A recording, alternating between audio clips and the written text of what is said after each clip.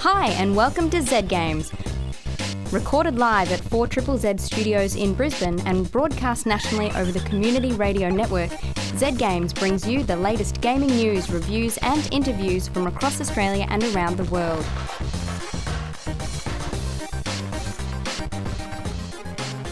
You're listening to Z Games, Australia's most beloved video game radio show. We are coming to you live from the future, a blasted, forgotten wasteland. We can't exactly tell you why, what caused this ruinous landscape. Does it rhyme with Mudget? Look, I'm not going to go into that. I just got where we were going with this. But I will say that, you know, listeners, if you can prevent the release of Zack Snyder's new Superman movie, that would be for the best. Not necessarily because it caused this apocalypse, just looks kind of a dodge. Anyway, video games. Razor's in the house. Hello. Ms. Candy Payne, you're Hi, back. I'm back, everyone. We let her back in. I was busy, I'm sorry. I've had Oh. stuff happening. I'm back. It's so good to be back. She's a little bit drunk. I'm not. I'm just happy to be back with everyone. She's high on life. Yes. And booze. Jodie McGregor is here as well, Yes, I am high. adding an air of legitimacy to this. Mm-hmm. And I am Lee, and we're going to talk about games. Yay. Razor, what are we doing? Lee, you've been playing the action RPG called Bound by Flame. That I have. Yes. Yes. And we're going to be talking about mobile roguelikes, a genre of game that's sort of growing in popularity. Yep. Yep. And that's about it, right? Yeah, we've all got something to contribute to that, I think. That's generally Yeah, how the so- show goes. Champagne radio. We'll be talking about out there, pixel dungeon, games like that. Yeah. But we also have some big news from Microsoft that was released overnight. So, Candy, would you like to kick off the weekend gaming news headlines? I would indeed. Thank you. Microsoft has announced that they will sell the Xbox One console without the Kinect peripheral included at a lower price point. The Kinect free console will be available from the 9th of June and will cost Aussie dollars $499, which is $100 less than the current price point and $50 cheaper than the PlayStation 4.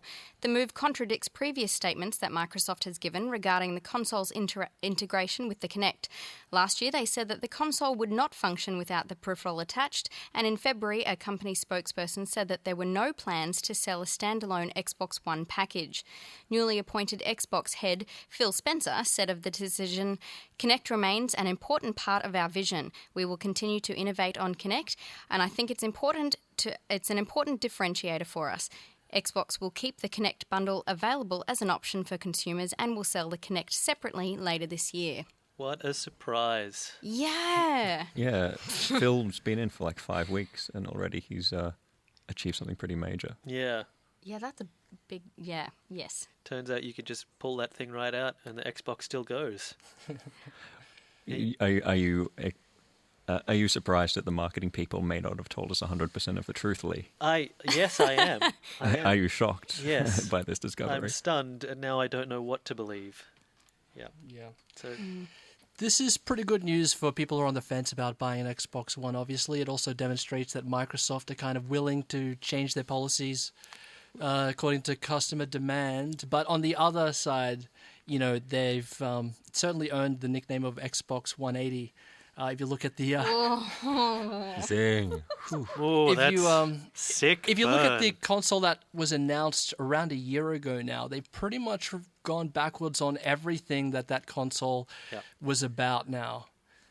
So that's a bit worrying. I mean, on the other hand, you've got Sony Yeah. who have had a very deliberate vision that they've sort of adhered to and delivered on.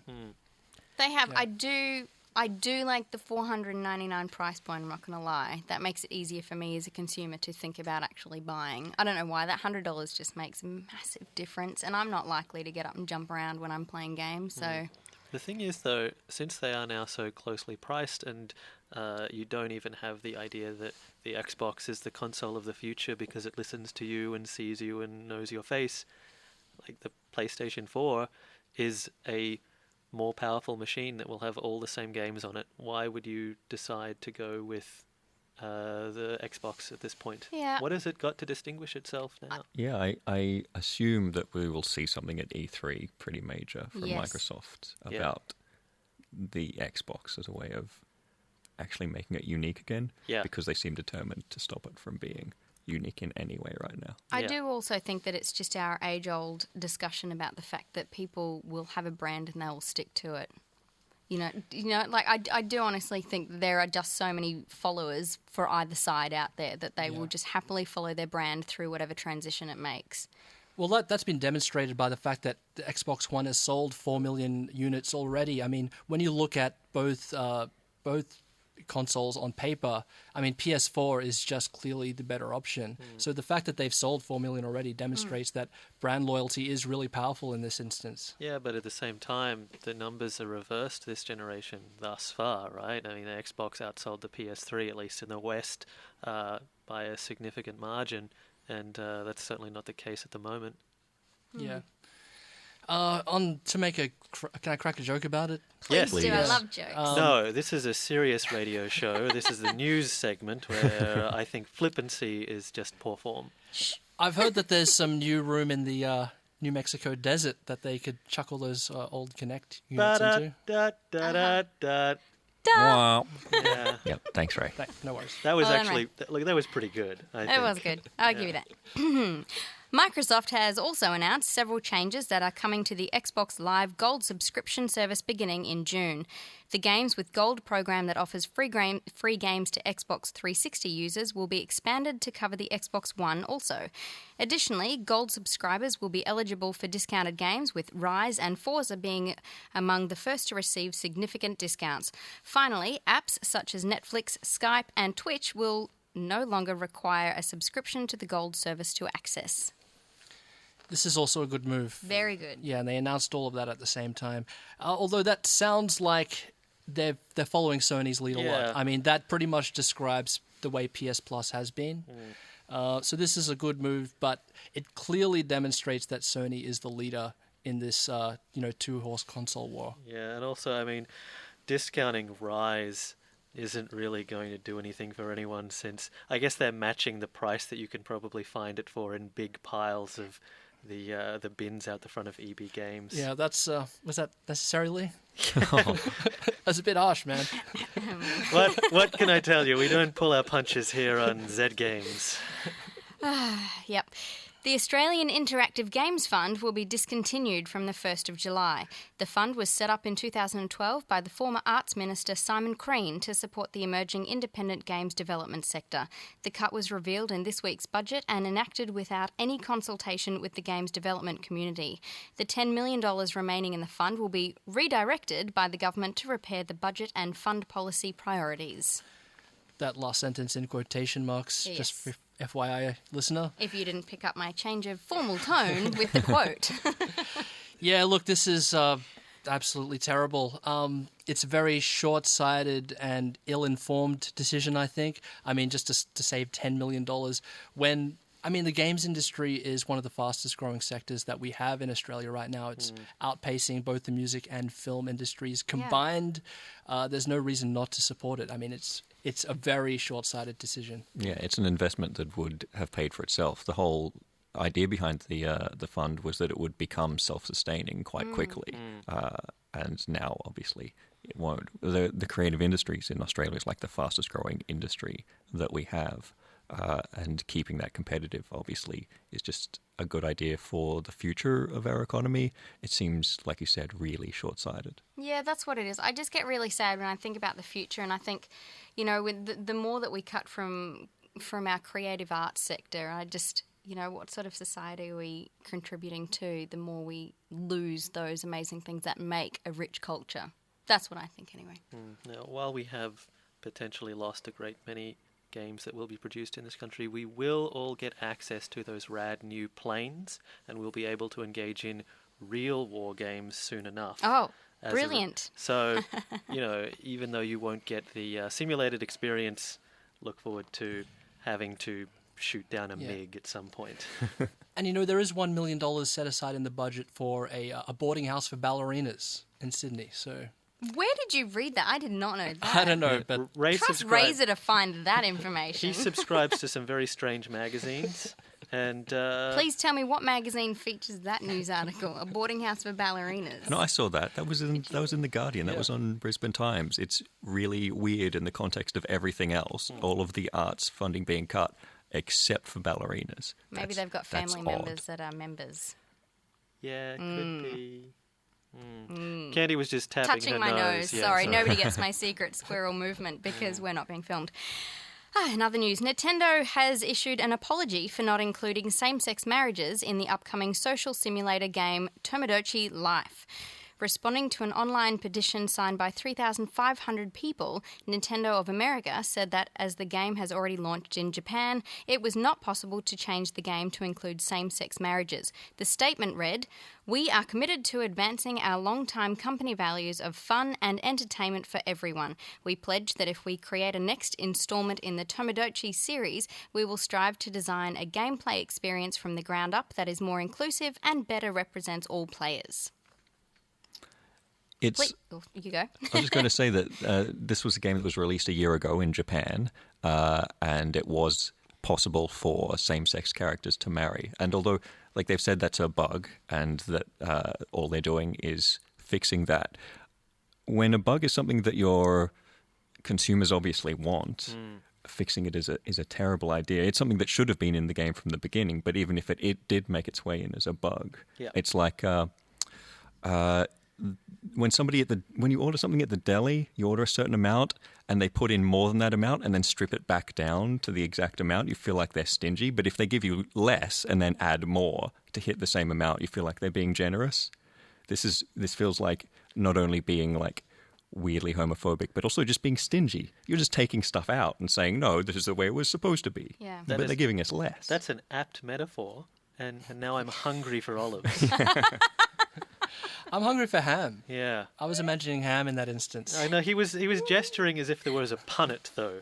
So you don't fill a tub with ham. At least You not could. at any deli that I go to. Maybe you get liquid ham, Ray. But if that's the case, then it's probably an investigation for later on in the show. I'd be down for some liquid ham. You heard it here Dude, first, folks. wrong. Razor hungers for liquid ham. I mean, no, I'm thirsty for liquid ham. Okay, good point. Yep. Yeah. Well, that makes it okay. You're not making this any better, guys. The Xbox One and PS4 versions of The Elder Scrolls Online have been delayed for 6 months. Originally scheduled for a June release, the reason for the delay has been blamed on unique problems specific to those platforms. The game is currently available for the PC. Bethesda said that players who cannot wait for the console release can begin playing the PC version and transfer their progress over when the console version launches. Players who choose to do this will be able to buy the game again for the reduced price of $20. You know how we were talking about not pulling any punches earlier on this Yeah. show? Do it. Go for it. My feeling is that they can use that 6 months to get every single copy of The Elder Scrolls Online, the disc, and smash it with a hammer to ensure that no one else has to play The Elder Scrolls Online. Ouch. Yeah. Does that comment have anything to do with the fact that we did not receive a press review copy, Lee? No, in fact. He would have Those been two fac- angrier if he'd had to play it for review. Yeah. Yeah, Have you read the reviews? Yeah. Yeah. Those aren't happy dudes. No. Those are some real mean 6 out of 10s. Yeah. Yep. I read a 7 that was vicious. Okay, that is the news for this week, guys. You're listening to Zed Games. Now, Lee, you have been having quite a time playing an action RPG called Bound by Flame. Yes, I have. Tell us all about it, man. Bound by Flame is an action RPG by Spiders, who, if you were listening in, say, about a year, a bit ago, maybe, you might have heard me review a game called Mars Warlogs, which we discussed at length as Mars Warlocks and several other things. We made a lot of really bad jokes about that. It's about how Mars has logs for pants, I remember. Yes. I was here and I don't even remember. You weren't there on that episode. Oh, wasn't I? No, Oh, no. well, please tell us about But it. these guys were. So their new game is a game about being tied up with fire? Yes, Cool. in a way, yes. Mars Warlogs was interesting. It was a budget RPG. It cribbed a lot of stuff from Mass Effect, from the Batman games, and tried to combine them into something workable. It almost worked, and so I had high hopes that one day Spiders would produce a genuinely good game, because this is by Spiders. I assume actually made by Spiders. They're beavering away, tapping on the keys with their little 8 arms. You are talking about my most hated thing right now. Let's skip past the word spiders. So, Pretend it's spelled with a Z. It's a Yeah. different thing. Yeah, good. yes, so Spiders made this. This is a game made by Spiders. And Yep, the you game, told that joke. Let's move the on. game that Spiders have made is a medieval fantasy action RPG. It is available on the PC on most of the consoles. I think the Xbox, the 360, the Xbox One, the PS4, and the PS3. And you play as a mercenary who is involved in a ritual that goes awry and ends up having to share their body with a demon. And you are also kind of dealing with an end-of-the-world type scenario where a bunch of frozen wizards from the north have an undead army, and they've marched across the land, pretty much destroying everyone. And so you're kind of you're with this last desperate group of humans trying to gather the final bit of resistance, but the demon that is inside you doesn't necessarily want to help out. It has its own plan. So you spend your time deciding whether you want to assist with this possible suicide effort to defeat the evil frost wizards, whatever they're called. They have multiple names. Or if you're going to pursue this demon's idea of entering the world heart and regaining your power that way. And it's kind of good. I played a lot of it. And I like the spirit that exists within it. I think these guys really care about their games. I don't think they're very good at combining their great ideas into a final product, though. So the Mars Warlogs that cribbed from a bunch of good games Yes. nearly made a half decent game out of it. Yeah. This one, do they crib from multiple sources as well? Yeah.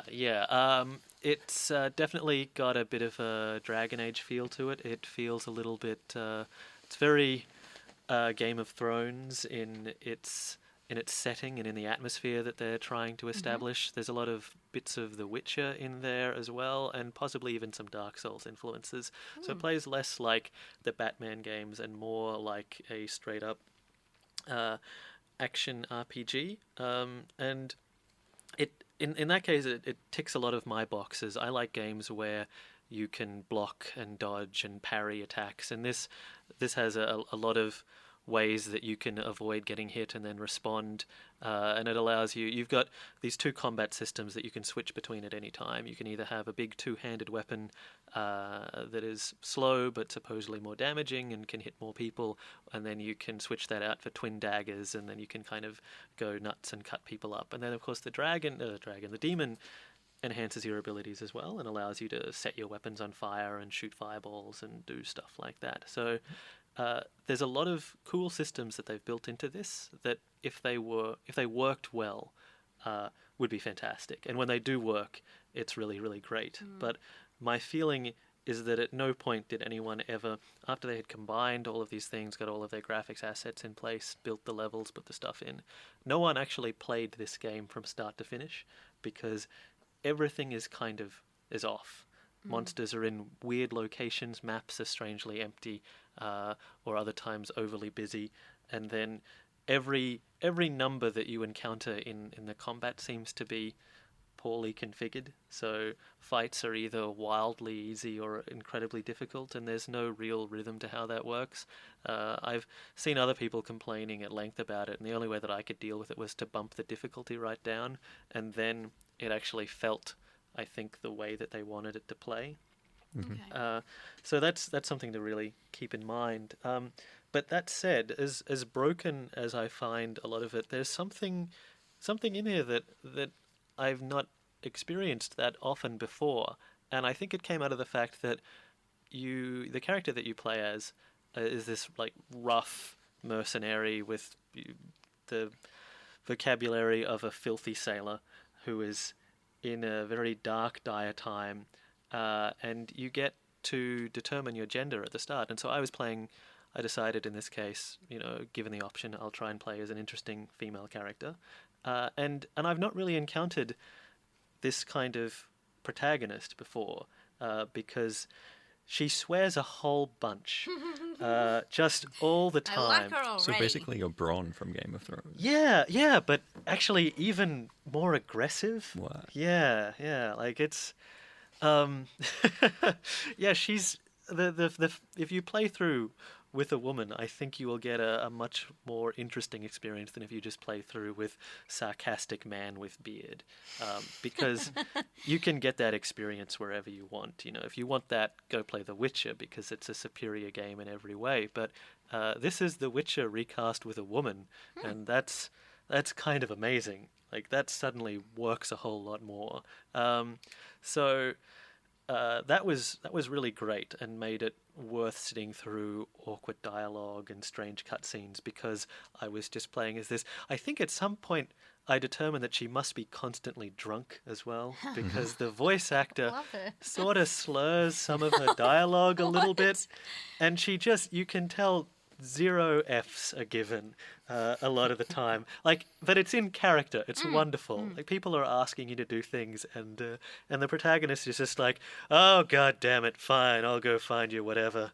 This is some kind of bullshit." And then you go off into a swamp, and you have to fight swamp beasts because it's a video game. Are there dialogue choices, or is it just you listening to this character? It's generally conversation topics that you can choose from. At certain points you get to determine a response, which will be based on less of a moral choice and more of a I guess it's picking the lesser of two evils, which is always good. I hate playing through an RPG where your two options are kick a puppy or give it a scholarship. No, usually there's 3 options, right? And then there's give the puppy a scholarship, kick the puppy, or give the puppy a scholarship but demand to be paid, otherwise you'll kick the puppy. Yeah, yes, that's true. The neutral option. Yeah, exactly. And let's not forget 3 full stops. Yes. Right, Oh, yes. yeah. Always an option. Yeah, or just silence. Yeah. And so this has none of that. This is generally you choosing which kind of a jerk you want to be, which is... I'm interested. Yeah, you are. You are. Jerk Suddenly. simulator. Yeah. I like it. And because you've got this demon inside of you, and you have these conversations with the demon, and sometimes the decisions that you make will upset the demon. He's not, or she's not happy that you've decided to help out the elves instead of just, taking all the power for yourself. Wait, so the demon changes as well, depending on which sex you choose? Yes, the demon is also determined by your gender, which is also pretty cool, and also gets around some potential weird possession stuff. Yep. Yep, dodged a bullet there. And so you can either choose to allow the demon to have more control over your body and thus giving you more power, or upsetting it more and having it sort of, I guess, be less interested in what's going on around you. And I found that I made a single choice early on in the game, because otherwise it would have just been required me to run back to town. So I said, fine, then let the demon have a little bit more control.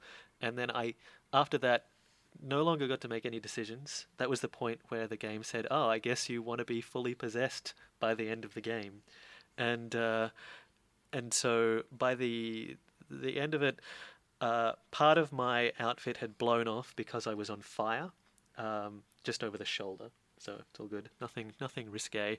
I couldn't wear a helmet because of my massive horns. My eyes were glowing red, and my complexion was awful. And my voice was much, much deeper.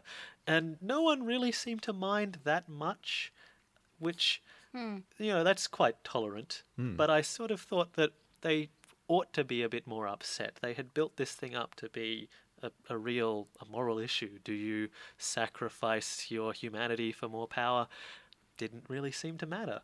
I sacrificed it sort of accidentally, but it was fine. Everyone was kind of more concerned about the ice demons. So you wish there were more repercussions for choosing a less than moral path? Yeah, my feeling is that they had planned a much bigger game, and in a rush to be the first RPG on the new consoles, they had to cut a great deal of content, particularly because the game does end about halfway through the point that you're expecting it to.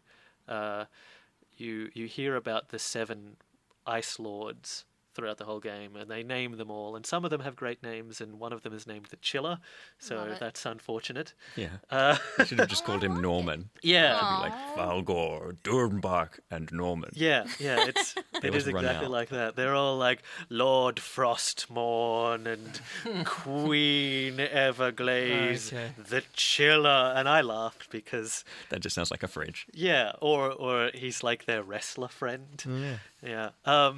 But no, you don't even get to encounter the Chiller. You just fight Lord Frostmourne, and then it's just like, and then you won the game, and that's kind of it. So. Cool. We've been talking about Bound by Flame. Lee, do you have any closing remarks to make about the game before we end it? I have a fondness for this game that when I heard that things were going to be a bit janky, I wasn't expecting to have. I think that there are a lot of really cool things in this game if you are willing to cut it some slack. And if you get it on the PC, it's priced as a budget title. If you get it on the consoles, I think it's the full price. So because we are in Australia and because game prices fluctuate wildly online, I'm playing this in a very different way, and my expectations are much, much lower than they would be if I'd spent the full price for it. So I think that as a budget title, it's pretty great. There's a lot of stuff in there. There's you can customize the appearance of your entire outfit and change the pommel and the guard and the blade on all of your weapons, and fix up your gloves and hat. There's a lot of things like that. There's traps. There's crossbows and all this other stuff that they've wedged into it. And there's a lot of weird characters. Not all of it really works, but if you pick it up as a budget thing, and at this point it's about 5 or 6 months before we see Dragon Age come out anyway. We're in a bit of a drought for medieval weird RPGs where all hell is breaking loose. For $30, I reckon it's worth a shot. Cool. Thank you very much, Lee. Next up on Z Games, we'll be talking about mobile roguelikes. We'll be rounding up the best picks from that genre. Now we're going to be talking about mobile roguelikes. It's a whole genre unto itself. We're going to round up some of the best titles in the genre, hopefully, and I'll let you know our thoughts. But where does the term roguelike come from? You tell us, Razor. Me? I was asking Jody. It comes from the game Rogue. Did you know this already, Ray, or are you just testing me? I'm testing you. Okay, Rogue was He knows. the original roguelike, which is... That's The convenient. original roguelike. Yeah, Yeah. because gamers give things the worst possible names. Yeah. Metroidvania. Doom clone. MOBA. Yeah. We suck. Stop us from making names or words ever again. We shouldn't be allowed. So- Just take our dictionaries away. So what does a roguelike entail? It's a game about wandering around in a dungeon that's randomly generated, and you kill monsters and you collect gear and you level up. But when you die, that's it, and you just have to start over from the top of the dungeon with a whole new character. Right. That's what Rogue does, and Nethak and the other roguelikes from the 80s. Do we think that maybe this is too broad a gameplay type these days to just be labeled a roguelike?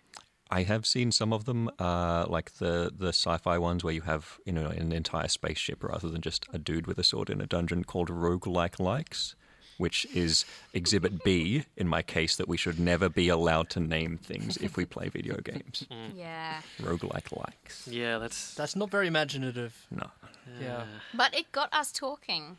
Yeah. this much. That's right. Yeah, we can we squeeze another 20 No. minutes out of this topic? No, that's it. I think so. I'm done. But let's talk about some of the best mobile games in the genre. I mean, if we expand it to PC games, that's a different subject, I think. Yeah, that's next week's That's- topic. Deal with that.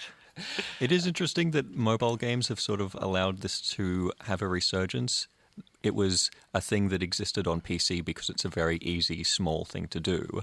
And then it sort of got superseded by bigger and more complicated role-playing games. Okay. But on a mobile, where you're only playing for a few minutes at a time, where you have a very small amount of memory, these kind of classic retro games find a new audience. Yep.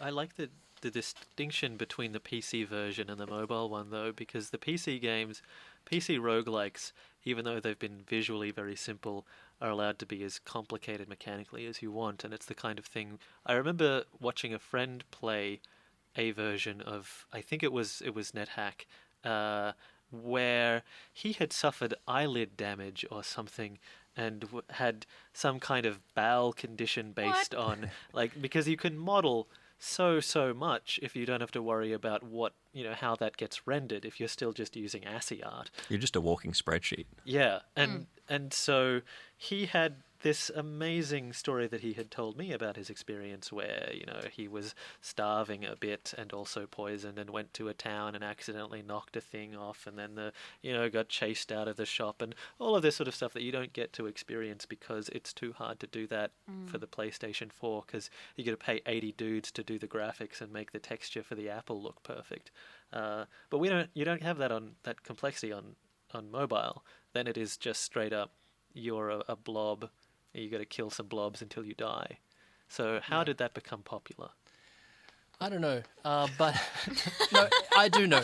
Thanks, journalist Answering Razor. the difficult questions in life is Razor. I don't know. Because when you die, you feel compelled to take what you've learned and jump right back in and do a better job. Yeah. Interesting that you should say that because I've been playing Rogue Heroes and I like this one because every time I restart, I've died a lot. Every time I have to restart, it starts off differently.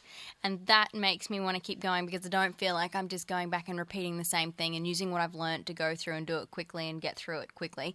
It's a different scene every time you start. It's a different location. It's different people that you're coming up against. It's great. So for that reason, I'm still playing on my phone. Yeah. It also gives each playthrough a lot of weight, because you're playing until you die. Each playthrough is therefore its own kind of unique story that you can't really save at a point and then resume. Once you're dead, you're dead. So, there's a kind of a gravity that appears in that genre. Yeah. But should we talk about Hopelight that you've been playing, Jody? Yeah, Hopelight is a little bit different to the typical roguelikes because whereas in most of them you're exploring a dungeon, so you're wandering down randomly generated hallways, opening doors, and then maybe there's a bunch of monsters in there, or maybe there's a trap or whatever. In Hopelight, it's like a board game. Every time you walk downstairs into a new level of the dungeon, there's just a grid of hexes on the screen, and you can see the whole thing, and you can see where every monster is, and you're all just in the same room. And every time you move one hex, everybody else moves one hex. Oh. So it's more like a puzzle. You just have to figure out how do I get from the stairs here to the stairs over there and kill all of the monsters between me and there, moving one step at a time, knowing exactly what they're going to do. It's almost chess-like. And each level you can go to shrines and worship shrines, and they give you unique weapons and abilities. Yeah, instead of having randomly generated treasure chests, you just pray on each level and pick whether you want, the ability to throw your spear further or an extra heart of health. Yeah. And I thought this is actually really simple, but also really cleverly done. And I thought it has a tremendous amount of replay value and a perfect game for playing on public transport where, you've only got a limited amount of time to play and, if you're dead, you're dead and you don't really care that much. Yeah, it is very much a small bites game. When I tried playing it at home, just sitting down to play it, I would play through a couple of levels and then just lose interest because once you've cleared out a bunch of guys and walked downstairs, you just get to another level where there's more guys and they're slightly harder and maybe some of them are wizards who can shoot further. So it's just your reward for doing the thing is that you get to do the same thing, only tougher. And if that's all I'm doing, I get bored quickly. But if that's what I'm doing while I'm on the train for 10 minutes, that's enough. That's Hopelight, and that's free, right? Yeah, there's a premium version as well where you can unlock achievements, but the free version gives you the whole game. Yep. Candy, on iOS, you have been playing Rogue Heroes? Yes, that's the one. How did you find that? Well, I knew I was going to love this game when it started off, and the introduction is once upon a time there was blah, blah, blah, blah, blah, princess, blah, blah, blah, and then blah, blah, blah, evil guy came along. That is, no, I'm not making this up, like, because I'm lazy. That is actually the description. That's the introduction. It's just a lot of blah, blah, blahs and some imagery of a nice, pretty princess and a horse, and then an evil guy coming in and everyone dying. And then the hero has to go off and find, presumably, the princess and make things right again. Or the horse. Or the horse, yeah, whatever he's into. So I knew I was going to like it when that was the introduction, because that's pretty much how I like to sum up a game. So, but then it's just your typical, I'm roaming around a castle or a dungeon or something looking for a princess. You get to shoot everything, which is great. I like shooting everything. Like, I mean everything. Chains hanging from the ceiling, vines hanging out of the wall, vases. Everything gives you coins and then health, and that's a bonus. There's mini boss battles in there that I was not expecting out. Suddenly a giant monkey comes at me, and also fun. No one expects the monkey. Well, no, I didn't expect a giant monkey to be the one. I was only 3 levels in, but I managed to get to like stage 7 before I died. So that was a good effort, I thought. But I mean, I understand the point is that it's a short amount of time that you're supposed to play for, but that is still something that bothers me because I'm not a public transport person. So when I sit down to play, I'd like the option of having more than one life because I kind of just wanted to keep going. I thought I was getting somewhere. It's fun. There's a lot of jumping up and down. Like, the one thing I'm not very good at in games on any platform is the jumping up the walls where you have to constantly, like, button bash to get yourself up a wall. Do you know what I mean? Yes, that I'm not very good at, and there's a lot of that in this. And then you have to avoid, like, round saws that are coming at you, and it's the only thing I'm not very good at, and I get a little bit... Well, they take away, like, 8 points of my life every time I run into a blade. I have a similar situation with circular saws. They take at least 8 points of my life when I run into them, too. Yeah. So this is more like a side-on platformer with a lot of jumping in it? Yeah, there is, yeah. But, well, yes, up, down, left, right. It actually is just really all over the place. All the There's hidden rooms. It's all of the directions. I wasn't expecting that, but then suddenly I was falling. And, I mean, it's very much a typical platform that I quite enjoy, and I have played it before, obviously. But, yeah, I'm enjoying it. I wish I had a bigger screen, and I know that is probably just my fault because I've got an old iPhone. It's my fault. I would like a bigger screen because it is really cute, and I would like to see a lot more of the graphics a lot clearer. So the fact that you've been playing a game that sounds just like a roguelike and yet it turns out it's also a puzzle platformer means that there's a lot of scope within the roguelike genre to mix things up like that. There is, yeah. Yeah. So what else have we been talking about? There's Out There as well, which Ray and Jody, you both have experience with, right? Yes, and that is secretly the reason that we're doing this segment, just so we can talk about Out There. It's not really secret anymore. Yes, I blew it. But Out There is a... It's Jody. You better sum it up, man. You did it well. It's a game where you're lost in space. You have your own spaceship, but you're alone. You have no crew. So it's not like FTL or one of those spaceship simulators where you get to be Captain Kirk boldly going. You're just some poor, broke down dude in a busted up spaceship. It's like being in a bleak Polish novel, and you just have to survive while having enough fuel to leap to the next system and then trying to harvest more fuel and repair your ship and then leap to the next system, trying not to run out of oxygen. It's bleak. I think when we last discussed it, we referred to it as being a Major Tom simulator. Yeah. Oh, Yeah, it is. Why didn't we play that song tonight? It's just really lonely out there in space. The core gameplay revolves around you harvesting various minerals and using them to fuel your ship and repairing your ship and sort of micromanaging the damage to your ship and all the various energy resources that you have to use, and also building new units of machinery to add new functions to your ship. Taking protein pills. Yeah, but along the way, it's you get to meet like aliens. You get to stop in at various inhabited planets, and you can converse with the aliens, and then each time you stop over, you kind of you pick up a tiny piece of their language.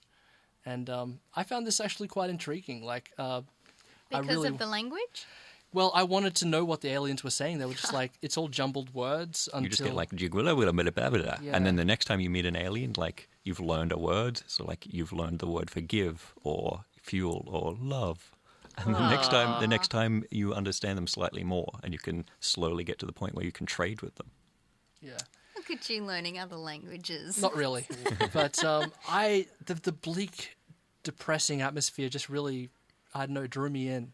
I really felt like I was just some dude floating through space, and death is inevitable, and it's freaking depressing, but it really fits the roguelike genre so well. Planet Earth is blue and there's nothing you can do. That's right. Yes. If you want to know more information about any of the games that we've talked about, Lee, you started out talking about Bound by Flame. Mm-hmm. That's available for like PC, PS4, Xbox One, a few of the others. Yes. Yep.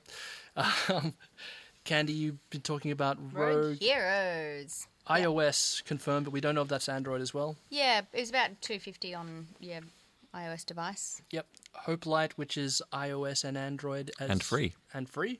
Ooh, nice. And out there, Android and iOS. Around $5, right? Yep, costs about $5. $5.60. But I reckon it's worth it. I got like over 10 hours of gameplay out of it and still going, so totally worth it. All right, guys, we'll be back next week at the same time. I won't. Oh, yeah, that's right. What are you doing next week, Lee? I'm going to be in Japan. Well, I'll be on my way next week. Way more exciting than what I've been Yes. doing. So, listeners, I'm sorry I'm abandoning you during this time of many, many video games coming out. You deserve a holiday. Yeah, sure. Plus, I'm going to get souvenirs, so that's always a There- bonus. there is Yeah, that. and you'll be overseas when Transistor comes out. You... Somebody else will have to play it. Damn you! Why is this happening to me? No, it'll be fun. So hopefully I will come back with adventures of Akihabara and things of that nature and not glowing with radiation. And souvenirs. Well, Yes. Yep, excellent. Yes. I hope you have a safe voyage, Lee, Yep. and a safe return. Thank you. Thank you, Razor. That's all right. You And know, souvenirs. What? I'm not completely evil. No. All right, we'll get out of here. This next track is a cover of Forget You by CeeLo Green. Yay. It's called EFT 6502. We'll catch you guys next week. Bye. Bye. Bye. Thanks for listening. This has been Z Games, recorded live in Brisbane on 4ZZZ and heard nationally thanks to the Community Radio Network.